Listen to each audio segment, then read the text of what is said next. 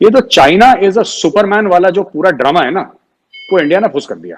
China भी वहां पे अपना बिल्डअप करता रहा है, उन्हें ट्रक्स रखे, लेकिन भारत ने बड़ी महारत के साथ, और मैं समझता हूं कि उनकी परफॉर्मेंस इस मामले में बहुत बेहतर रही है कि उन्होंने बहुत बड़ा बिल्डअप किया है।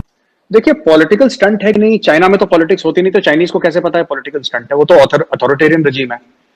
उन्होंने कुत्ते बिल्लियां खानी है, कीड़े मकोड़े उन्होंने खाने हैं और अपने बंदों को थप्पड़े मारनी है उनको। पता है कि एक टेक्नोलॉजिकल एज है भारत को इस वक्त, एक चाइना के ऊपर। चाइना टेक्नोलॉजिकली गालिबन इस वक्त थोड़ा पीछे है। चाइना वापस नहीं जाता तो इंडिया के पास सर क्या ऑप्शंस हैं? डू यू थिंक क्या वॉर ओनली ऑप्शन है? एक हुआ है बड़ा, China China China China is not a military power, China is an economic power. China एक इकोनॉमिक सुपर पावर है। मैं सिर्फ एक बात पूछता हूँ ना, जो चाइना के इतने बड़े, चाइना से जो मुतासिर हैं, चाइना के बहुत बड़े फैन हैं, चाहे वो इंडिया में हो चाहे पाकिस्तान में, कहीं पे भी हो, चाइना ने पिछली जंग जीती कब थी? चाइना ने पिछली जंग लड़ी कब थी? चाइना के जनरल्स हैं जिन्होंने गोली चलते नहीं सुनी आज तक फायरिंग रेंज के अलावा। आप जाके गूगल में चेक करिए, they have not fought, this is not a battle hardened army. ये सब देखो, बात ये होती है ना कि आपके बंदों ने, चाइना ने खुद, चाइना की जो पीपल्स डेली है, या क्या नाम उसका, ग्लोबल टाइम्स जो है उसका खुद का आर्टिकल है कि India has the greatest mountain fighting force in the world, सबसे एक्सपीरियंस्ड। हम लोग तो फॉर एवर लड़ते चले आ रहे हैं ना। जो अभी एरिया रेजांगला का, मेरी रेजिमेंट ने 1962 में वहां पे लड़ाई लड़ी थी, मेरी रेजिमेंट ने लड़ी थी 1962 में। तो 1962 में थे ना हम वहां पे, तभी तो लड़ी थी। तो हम तो उसके पहले से हैं। तो चाइना तो अभी बंकर बना रहा है, विंटर काटेगा, वो जब काटेगा तब देखेंगे, जब काटेगा। ठीक, हम तो 60-70 साल से काटते आए जनाब। चाइना इंडिया के अंदर नहीं आया, बट हमारी जो अग्रीमेंट है चाइना के साथ, जो चाइना ने फाड़ के फेंक दी, जो हमारी रिटर्न अग्रीमेंट चाइना के साथ है दर साहब, वो रिटर्न अग्रीमेंट कहती है कि आप इधर नहीं आ सकते।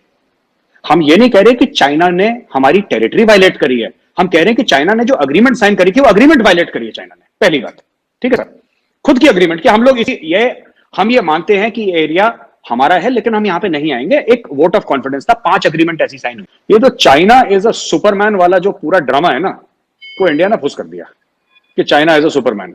तो अगर कोई ये बोले कि साहब चाइना सुपरमैन है, तो भाई चाइना किसी भी तरीके का, पहली बात, सुपरमैन है नहीं। ठीक है, चाइना की अपनी स्ट्रेंथ्स हैं, हम उस चीज को रिस्पेक्ट करते हैं।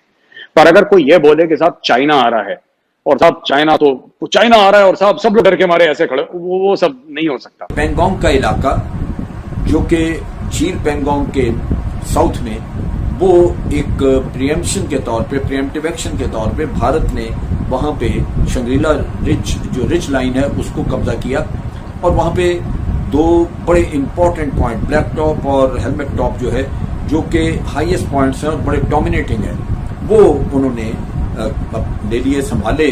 और चाइनीज को वार्निंग दी कि अगर इस तरफ आए तो फिर जंग होगी, फायर किया जाएगा। चाइनीज ने वो इलाके वापस नहीं लिए, वो अपने कंटोनमेंट में ही हैं। लेकिन देखने की बात यह है कि भारत की पोजीशन यहाँ पे काफी मजबूत है। चाइना भी वहां पे अपना बिल्डअप करता रहा है, उन्हें ट्रक्स रखे, लेकिन भारत ने बड़ी महारत के साथ, और मैं समझता हूँ कि उनकी परफॉर्मेंस इस मामले में बहुत बेहतर रही है कि उन्होंने बहुत बड़ा बिल्डअप किया है।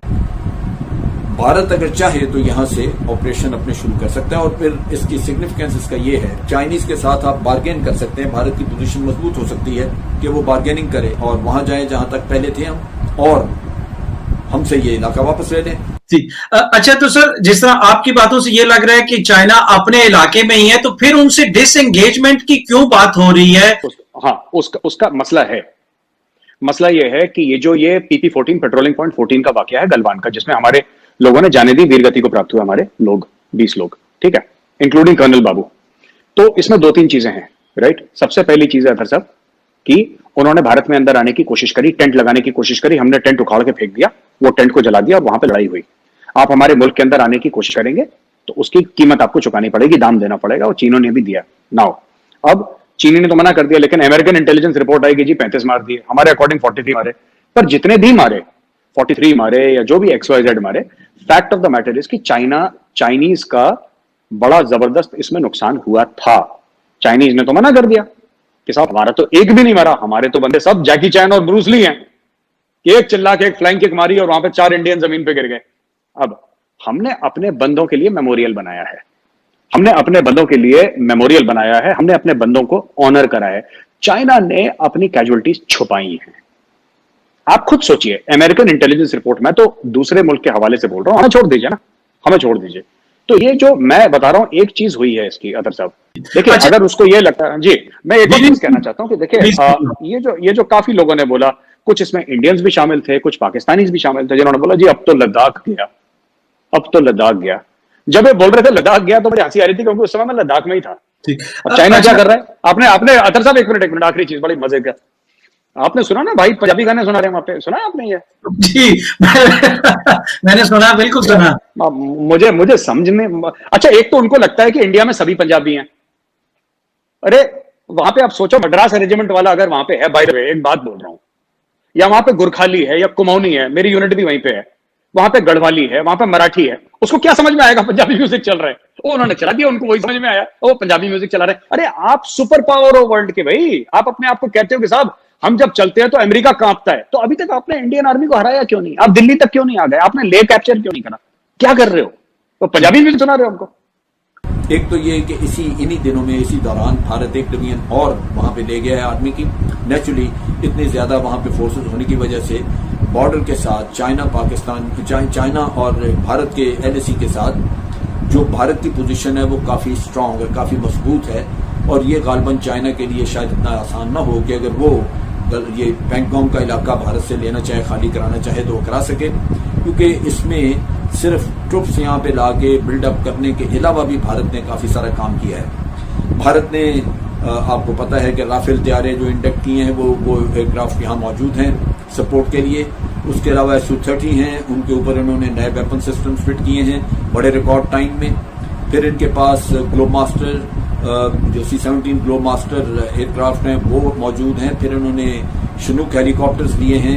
इसके साथ साथ इन्होंने तेजा के 2 स्क्वाड्रन जो हैं वो गालिबन तैयार कर दिए हैं, ये होने वाले हैं। तो परफॉर्मेंस तो इनकी इस लिहाज से बिल्डअप के नुक्ता निगाह से बहुत जबरदस्त है। तैयारी उनकी बहुत बेहतर है।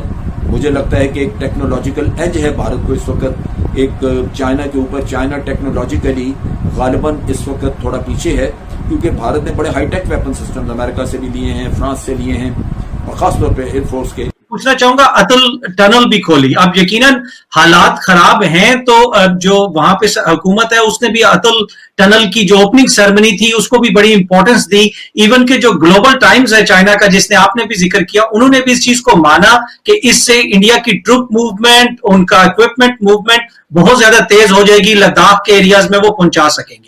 लेकिन उसके साथ साथ ग्लोबल टाइम्स ने यह भी कहा कि अगर चाइना चाहे तो विद इन 24 आवर्स हम इसको इस तरह कर देंगे कि आप इसको इस्तेमाल ही नहीं कर सकेंगे, हम वो इस पे बेसिकली रोक लगा देंगे, हमारे पास इतनी कैपेबिलिटीज हैं। और उन्होंने कहा ये जो ओपनिंग है, जिस तरीके से मोदी जी हाथ हिला रहे, तो ये सिर्फ और सिर्फ जिसे कहते हैं अपने सियासी तौर पे लोगों को खुश करने के लिए पॉलिटिकल स्टंट है। So would you agree with this sir?